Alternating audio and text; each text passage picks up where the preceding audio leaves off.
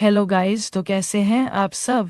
Welcome है आपका मेरे यूट्यूब चैनल पर। उम्मीद करता हूँ आप सब बढ़िया होंगे। वीडियो शुरू करने से पहले प्लीज़ इस वीडियो को लाइक और शेयर ज़रूर कर दें, और अगर आप चैनल पर नए हैं तो सब्सक्राइब करना बिल्कुल मत भूलना। तो दोस्तों, आज हम देखने वाले हैं इस एनिमे का एक बहुत ही ज़बरदस्त और रोमांचक नया एपिसोड। कहानी की शुरुआत में हमारे मुख्य किरदार और उसकी पार्टी एक नई रहस्यमयी भूल भुलैया के सामने पहुंचते हैं। यहाँ बायर सबको बताता है कि यह एक नई खोजी गई जगह है जिसे अबेरियो भूला भुलैया कहा जाता है। साशा बहुत खुश है और उसे लगता है कि शायद वही सबसे पहले यहाँ पर खोजने पहुँचे हैं। रिक भी बहुत उत्साहित है और वह कहता है कि हमें तुरंत अंदर चलकर इस जगह को खोजना चाहिए। लेकिन जैसे ही वह भूल भुलैया का दरवाजा खोलते हैं, वहाँ पर बहुत सारे लोग पहले से मौजूद होते हैं। वहाँ बहुत सारे साहसी पहले से ही अपना काम कर रहे थे, जिसे देखकर वो सब हैरान हो जाते हैं। साशा को बहुत गुस्सा आता है क्योंकि उसे लगा था कि वह सबसे पहले यहाँ आने वाले लोग होंगे। वह चिल्लाने लगती है कि हर जगह इतने सारे लोग क्यों भरे हुए हैं और ये सब क्या है। रिक उसे समझाता है कि तुमने ही कहा था कि हम शायद पहले लोग होंगे, पर ऐसा बिल्कुल नहीं है। बायर कहता है कि पहली मंजिल लगभग पूरी तरह से खोजी जा चुकी है,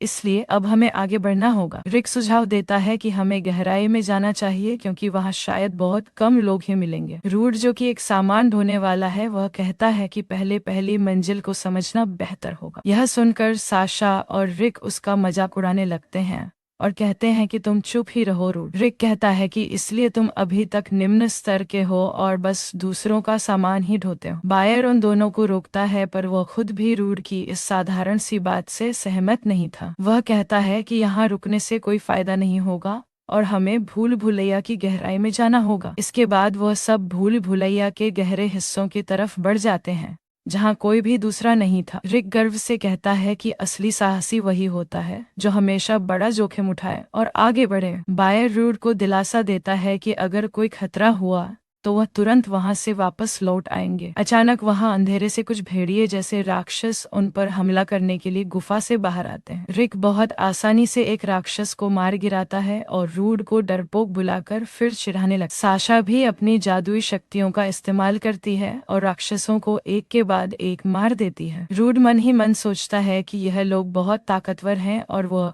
खुद हिल भी नहीं पा रहा। वह भूल भुलैया में और गहराई तक पहुंच जाते हैं और बायर कहता है कि यह बिल्कुल सही फैसला था। यहाँ उन्हें कुछ कीमती गहने भी मिलते हैं और वहाँ उन्हें परेशान करने वाला कोई और पार्टी नहीं। वह सब बहुत खुश थे क्योंकि वहाँ के राक्षस भी उनके सामने ज्यादा देर तक नहीं टिक पा रहे थे। साशा हैरान है कि इतनी आसान जगह पर अभी तक कोई भी बड़ा साहसी क्यों नहीं पहुँच सका है। रिक फिर से रूड का मजाक उड़ाता है और कहता है कि बाकी लोग भी रूड जैसे ही होंगे। वह रूड से कहता है कि जाओ और मेरे मारे हुए राक्षसों से उनके जरूरी अवशेष निकाल कर लाओ। रूड देखता है कि राक्षसों की हालत बहुत खराब है और उनमें से कुछ भी काम का नहीं निकलेगा। रिक को गुस्सा आता है और वह रूड को डराने लगता है कि वह बहाने बनाना तुरंत बंद करे। रूड हार मानकर राक्षसों के अवशेषों के पास जाता है ताकि वह उन्हें इकट्ठा कर सके और बढ़े। वह देखता है कि चारों तरफ खून फैला हुआ है और वहां से बहुत ही अजीब गंध आ रही है। रूड को बुरा लगता है कि रिक ने बिना वजह राक्षसों को इतनी बुरी तरह से क्यों मारा है। बदबू कम करने के लिए वह अपनी जादुई आग का इस्तेमाल करके राक्षस के मांस को जलाने लगता है। रिक यह देखकर हंसता है और कहता है कि क्या तुम अब राक्षस का मांस खाने वाले हो रूड। वह सब बहुत थक गए थे और काफी घंटों से इस भूल भुलैया की खोज कर रहे और भूखे थे। साशा कहती है कि बाहर शायद अब तक रात हो चुकी होगी और हमें काफी ज्यादा समय हो गया। रिक मजाक में कहता है कि भूख की वजह से अब राक्षस का मांस भी उसे स्वादिष्ट लग रहा। साशा उसे चेतावनी देती है कि राक्षस का मांस खाना मना है क्योंकि इससे शरीर पर बुरा असर पड़ता। रिक कहता है कि वह बस मजाक कर रहा था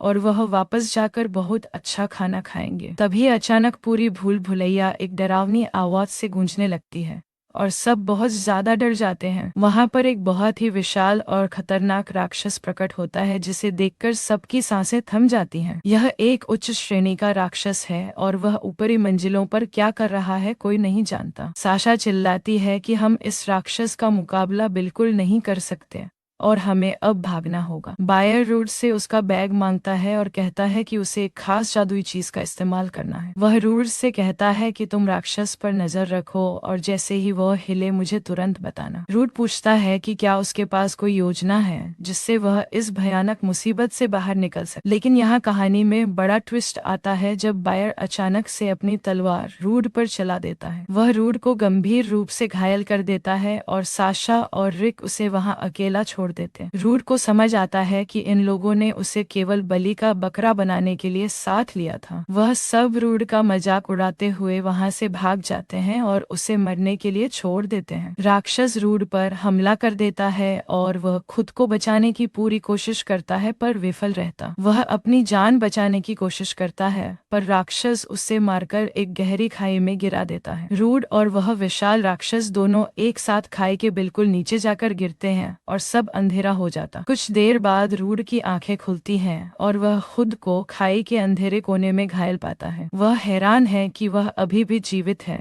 और उसे विश्वास नहीं हो रहा कि वह बच गया। वह राक्षस उसके नीचे गिरा था जिसकी वजह से रूड की जान बच गई पर वह बहुत घायल था। उसे महसूस होता है कि उसकी हड्डियां टूट चुकी हैं और वह ज्यादा देर तक जिंदा नहीं रह पाएगा। वह अपनी पोटली ढूंढने की कोशिश करता है पर उसे याद आता है कि बायर उसे लेकर भाग गया। रूड बहुत लाचार महसूस कर रहा है और उसे लगता है कि उसकी मौत अब बहुत ज्यादा करीब है। उसका बहुत ज्यादा खून बह रहा था और वहां मदद के लिए कोई भी इंसान मौजूद नहीं था। उसे बहुत ज्यादा भूख लग रही थी और तभी उसकी नजर मरे हुए राक्षस के मांस पर पड़ती है। वह पागलपन में सोचने लगता है कि शायद इस मांस को खाने से उसे कुछ जादुई ताकत मिल जाए। उसे अपने गुरु की बातें याद आती हैं कि चाहे कितनी भी मुश्किल आए कभी हार नहीं माननी चाहिए।